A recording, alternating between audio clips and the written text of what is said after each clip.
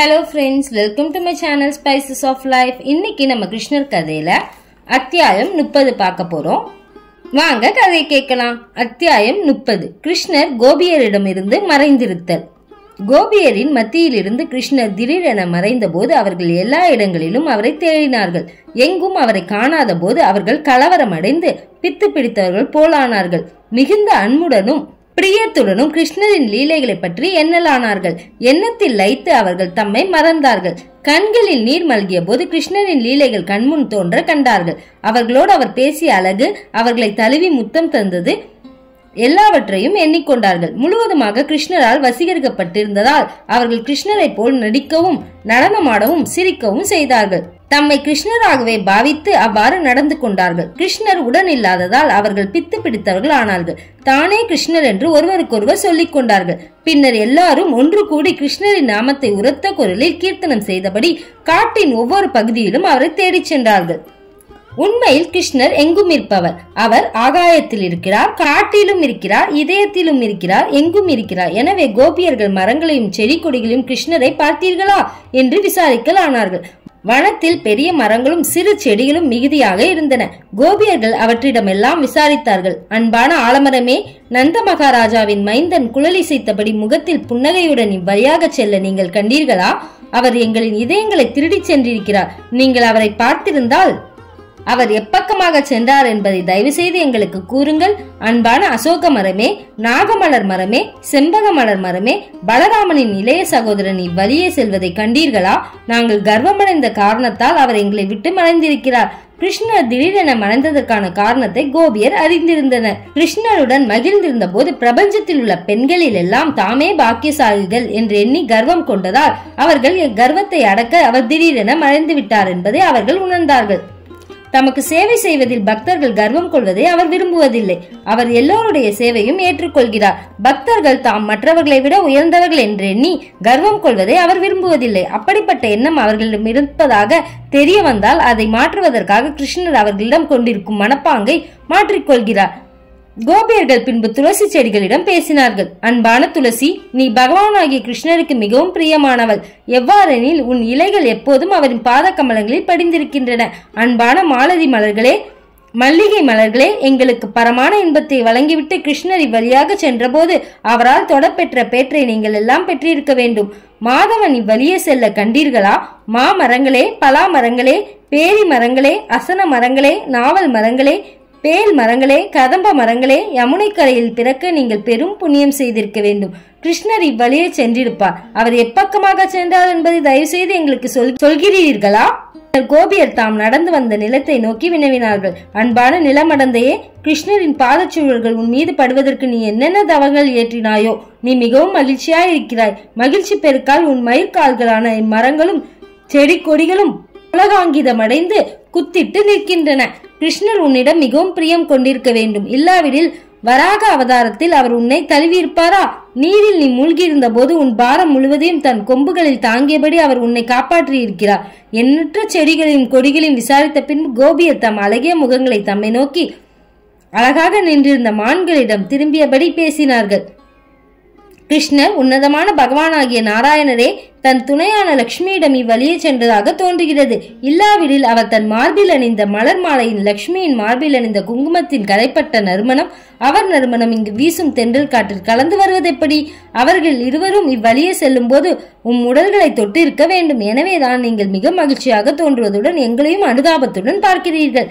கிருஷ்ணர் எவ்வழி சென்றார் என்பதை அன்பு கூர்ந்து எங்களுக்கு தெரிவிப்பீர்களா? கிருஷ்ணர் விருந்தாவனத்தின் நலனில் அக்கறை கொண்டுள்ளவர். அவர் எங்களிடம் அன்பு கொண்டிருப்பது போல் உங்களிடமும் பிரியமாய் இருக்கிறார். எனவே எங்களை விட்டு பிரிந்தவுடன் அவர் உங்களிடம் வந்திருக்க வேண்டும். பாக்கியசாலிகளான மரங்களே, பலராமனின் இளைய சகோதரரான கிருஷ்ணரை நாங்கள் நினைத்துக் கொண்டிருக்கிறோம். லட்சுமியின் தோளில் ஒரு கையும் மற்றொரு கையில் தாமரை மலருமாக இவ்வழியே செல்கையில் கிருஷ்ணர் உமது வணக்கங்களை மகிழ்ச்சியுடன் ஏற்றுக்கொண்டு தமது கருணா திருஷ்டியை உங்களின் மீது செலுத்தி இருப்பார். கோபியரில் சிலர் தம் தோழியரை நோக்கி கூறலானார்கள். தோழியரே, இங்குள்ள பெரிய மரங்களை தம் கணவர்களை தழுவது போல் தழுவி படர்ந்திருக்கும் கொடிகளை ஏன் நீங்கள் விசாரிக்கவில்லை? இக்கொடிகளில் உள்ள மலர்களின் மீது கிருஷ்ணரின் நகங்கள் பட்டிருக்க வேண்டும். இல்லாவிடில் இவைகள் இவ்வளவு மகிழ்ச்சியாயிருப்பது எப்படி? கிருஷ்ணரை இங்கும் அங்கும் தேடி களைப்படைந்த கோபியர் பித்து பிடித்த பெண்களைப் போல் பிதற்றலானார்கள். கிருஷ்ணரின் லீலைகளை நடித்து காட்டுவதொன்றே அவர்களுக்கு ஆறுதலை அளித்தது. ஒரு பெண் அரக்கை பூதனாவாக நடித்தாள். மற்றொருத்தி தன்னை கிருஷ்ணராக பாவித்து அவளின் மார்பை உறிஞ்சினாள். ஒரு கோபி கைவண்டி போல் அபிநயமிக்க மற்றொருத்தி கிருஷ்ணரின் சகடாசுரனை கொன்றது போல் அவனை காலால் உதைத்தே நடித்து காட்டினாள். கிருஷ்ணர் குழந்தையாய் தரையின் மேல் படுத்திருப்பது போல் ஒரு கோபி நடிக்க, மற்றொரு கோபி திருநாவர்த்த அசுரன் சூறாவளி காற்றாக வந்து குழந்தை கிருஷ்ணரை ஆகாயத்தில் உயர தூக்கி சென்றதை அபிநயித்தார்.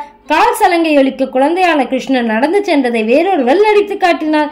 இரு கோபியர் கிருஷ்ணராகவும் பலராமராகவும் மற்றும் சில அவர்களின் கோபால நண்பர்களான சிறுவர்களாகவும் நடித்தார்கள்.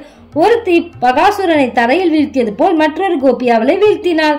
அதுபோல் இன்னொரு கோபி வடாசுரனை கொன்று காட்டினாள். கிருஷ்ணர் தம் பசுக்களை பெயர் சொல்லி அழைப்பது வழக்கமாகியால் கோபியர்களும் அவரை போலவே பசுக்களின் பெயரை சொல்லி அழைத்தார்கள். ஒரு கோபி குழலூத தொடங்கினால் மற்றொருத்தி கிருஷ்ணர் குழலூதும் போது அவரின் நண்பர்கள் அவரை பாராட்டுவது போல் அவளை பாராட்டினாள். வேறொரு கோபி இன்னொருத்தியை கிருஷ்ணர் தன் நண்பனை தோளில் தூக்குவது போல் தூக்கினாள். கிருஷ்ணரை பற்றியே எண்ணிக்கொண்டிருந்ததால் அவ்வாறு தூக்கிய கோபி தானே கிருஷ்ணர் என்று பெருமையாக கூறிக்கொண்டாள். நான் நடப்பதை பாருங்கள் என்று எல்லோரையும் கூவி அழைத்தாள். ஒரு கோபி தன் முந்தானையை கையில் பிடித்து உயர்த்தி கொண்டே, இனி நீங்கள் மழை புயலுக்கு அஞ்ச வேண்டியதில்லை, நான் உங்களை காப்பாற்றுகிறேன் என்றாள். இவ்வாறு அவள் கோவர்த்தனகிரி நிகழ்ச்சியை நடித்து காட்டினாள். ஒரு கோபி மற்றொரு கோபியின் தலையில் தன் காலை அழுத்தி கொண்டு, பொல்லாத காளியனே, உனக்கு நான் கடுமையான தண்டனை அளிக்கிறேன். நீ இந்த இடத்தை விட்டு போய்விடு. உன் போன்ற அயோக்கியர்களை ஒழிப்பதற்கென்றே நான் பூமியில் அவதரித்திருக்கிறேன் என்று கூறினார். மற்றொரு கோபி தன் தோழியரிடம் கூறினாள், இதோ பாருங்கள், காட்டுத்தீ நம்மை விழுங்க வருகிறது. உங்கள் கண்களை மூடிக்கொள்ளுங்கள். இந்த ஆபத்திலிருந்து நான் உங்களை உடனடியாக காப்பாற்றுகிறேன். இவ்வாறு கிருஷ்ணரை காணாமல் கோபியர் எல்லாம் பித்து பிடித்திருந்தார்கள். மரங்களிடமும் செடிகளிடமும் அவரை பற்றி விசாரித்தார்கள். சில இடங்களில் அவரின் பாதச்சுவடுகளின் அடையாளங்களான கொடி, தாமரை, திரிசூலம், வஜ்ரம் ஆகியவற்றை அவர்கள் கண்டார்கள். அந்த அடிச்சுவடுகளை பார்த்த பின், இதோ கிருஷ்ணரின் அடிச்சுவட்டின் அடையாளங்கள் கொடி, தாமரை, திரிசூலம், வஜ்ரம் எல்லாம் தெளிவாக தெரிகின்றன என்று ஏகோபித்து கூறினார்கள். அந்த சுவடுகளை பின்பற்றி சிறிது தூரம் சென்ற பின் அருகாமையில் வேறு சுவடுகளை கண்டபோது அவர்கள் மனவர்த்தத்துடன் கூறினார்கள், தோழியரே, இதோ பாருங்கள், இந்த அடிச்சுவடுகள் யாருடையவை? இவை நந்தகுமாரனின் அடிச்சுவடுகளுக்கு பக்கத்தில் இருக்கின்றன. நிச்சயமாக கிருஷ்ணர் வேறு யாரோ ஒரு கோபியின் தோளில் கை வைத்தபடி யானை தன் பிரியமான பெண் யானையுடன் சேர்ந்து செல்வது போல் இவ்வழியே சென்றிருக்க வேண்டும். எனவே இந்த கோபி நம்மை விட அதிகமான பிரியத்துடனும் அன்புடனும் கிருஷ்ணருக்கு சேவை செய்திருக்க வேண்டும் என்று நாம் கருத வேண்டியதாகிறது. இக்காரணத்தால் அவர் நம்மை விட்டு பிரிந்தாலும் இந்த கோபியை விட்டு அகல இயலாதவராய் இருக்கிறார். எனவே அவளை தன்னுடன் அழைத்து சென்றிருக்கிறார். தோழியரே, இங்குள்ள மண் அடைந்திருக்கும் பரமான மகிமையை பாருங்கள். கிருஷ்ணரின் பாத கமலங்களில் தூளியை பிரம்மதேவனும் சிவபெருமானும் லட்சுமியும் ஆராதிக்கிறார்கள். ஆனால் இந்த கோபியோ கிருஷ்ணருடன் சென்று அவரின் அதராமிர்தத்தை அனுபவிக்கிறாள். இதை எண்ணி வருந்தி நாம் புலம்பிக் கொண்டிருக்கிறோம்.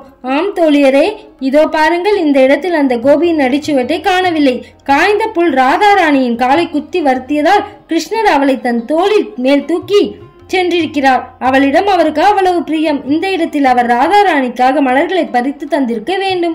ஏனென்றால் மலர்களை எட்டி பிடிப்பதற்காக அவர் பாதங்களை உயர்த்தியதால் பாதங்களின் பாதி சுவடு மட்டும் இங்கு படிந்திருப்பதை நாம் பார்க்கிறோம்.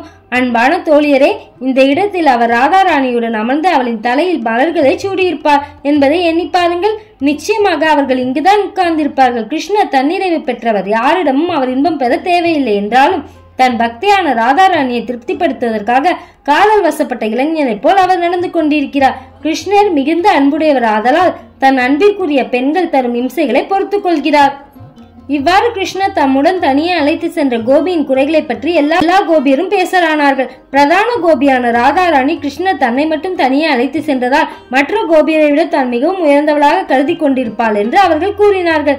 நம்மையெல்லாம் விட்டுவிட்டு அவளை மட்டும் அழைத்து செல்லும்படியாக அவளிடம் அப்படி என்ன அழகோ குணமோ உள்ளது.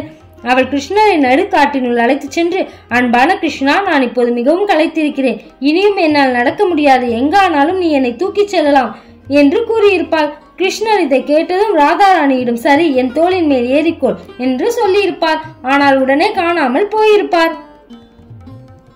ராதாராணி இப்போது அவரை தேடி புலம்பிக் கொண்டிருப்பார். என் காதலரே, அன்பரே, நீ மிகவும் நேர்த்தியானவர், சக்தி வாய்ந்தவர். இப்போது எங்கே இருக்கிறீர்? உமது பணிவான சேவைக்கு நான் உம்மை காணாமல் வாடுகிறேன். மீண்டும் என்னிடம் வருவீராக என்று அலற்றிக் கொண்டிருப்பாள். ஆனால் கிருஷ்ணர் வரப்போவதில்லை. தூரத்தில் இருந்து அவள் துன்பப்படுவதை பார்த்து ரசித்துக் கொண்டிருப்பாள். கோபியர் எல்லாரும் கிருஷ்ணரை தேடியபடி காட்டினுள் வெகு தூரம் சென்று விட்டார்கள். ராதாராணியையும் கிருஷ்ணர் தனியே விட்டு சென்று விட்டார் என்பதை அறிந்தபோது அவர்கள் மிகவும் மனம் வருந்தினார்கள். இதுவே உண்மையான கிருஷ்ண உணர்வின் நிலை. ஆரம்பத்தில் அவர்கள் தங்களை விட்டுவிட்டு ராதாராணியை மட்டும் கிருஷ்ணர் அழைத்து சென்றிருந்ததற்காக அவளிடம் பொறாமை அடைந்தார்கள். ஆனால் கிருஷ்ணர் அவளையும் கைவிட்டு விட்டார். அவரை எண்ணி அவள் புலம்பிக் கொண்டிருக்கிறாள். கோபியர்கள் ராதாராணியை கண்டபோது நடந்ததை எல்லாம் அவள் கூறினாள். கிருஷ்ணர் தனக்கு தனியான சலுகை அளித்ததால் கர்வம் கொண்டு அவரிடம் தகாத முறையில் நடந்து கொண்டதால் தனது கர்வத்துக்காக தன்னை அவர் தண்டித்ததை எடுத்து கூறினார். இதை கேட்ட கோபியர் அவளிடம் மிகுந்த பரிவு காட்டினார்கள். பின்னர் ராதாராணியும் மற்ற கோபியரும் அடர்ந்த கானகத்தினுள் கிருஷ்ணரை தேடி சென்றார்கள். சந்திரனின் கிரகங்கள் அடைய முடியாதபடி மரங்கள் அடர்ந்திருந்த நடுக்காட்டினுள் அவர்கள் சென்றார்கள். இருள் படிப்படியாக அதிகரித்ததும் அவர்கள் மேலும் செல்லாமல் நின்றார்கள். அவர்களின் மனமும் புத்தியும் கிருஷ்ணரை பற்றிய எண்ணங்களில் லயித்திருந்தன. கிருஷ்ணரிடம் தம் உள்ளங்களையும் ஆத்மாக்களையும் அர்ப்பணித்திருந்ததால் அவர்கள் தம் குடும்ப கவலைகளை மறந்து கிருஷ்ணரின் மகிமைகளை புகழ்ந்து பாடினார்கள். இவ்வாறு கோபியர் எல்லோரும் யமுனையின் கரையில் கூடி கிருஷ்ணர் தம்மிடம் திரும்பி வருவார் என்ற நம்பிக்கையுடன் ஹரே கிருஷ்ண கிருஷ்ண கிருஷ்ண ஹரே ஹரே, ஹரே ராம ராம ராம ஹரே ஹரே என்று கீர்த்தனம் செய்தார்கள். பக்தி வேதாந்தர் எழுதிய கிருஷ்ணர் எனும் நூலின் 30வது அத்தியாயமான கிருஷ்ணர் கோபியரிடமிருந்து மறைந்திருத்தல் இவ்வாறு நிறைவு பெறுகிறது.